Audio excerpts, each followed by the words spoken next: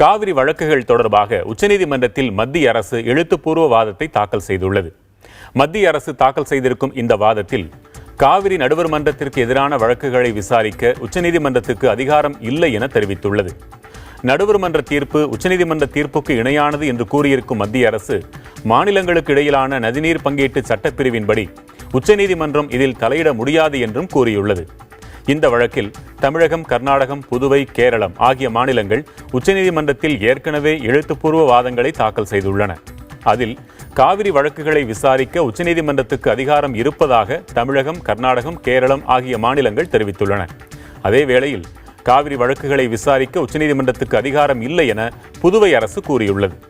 இவ்வழக்கின் தீர்ப்பு தேதி குறிப்பிடப்படாமல் ஒத்திவைக்கப்பட்டுள்ளது.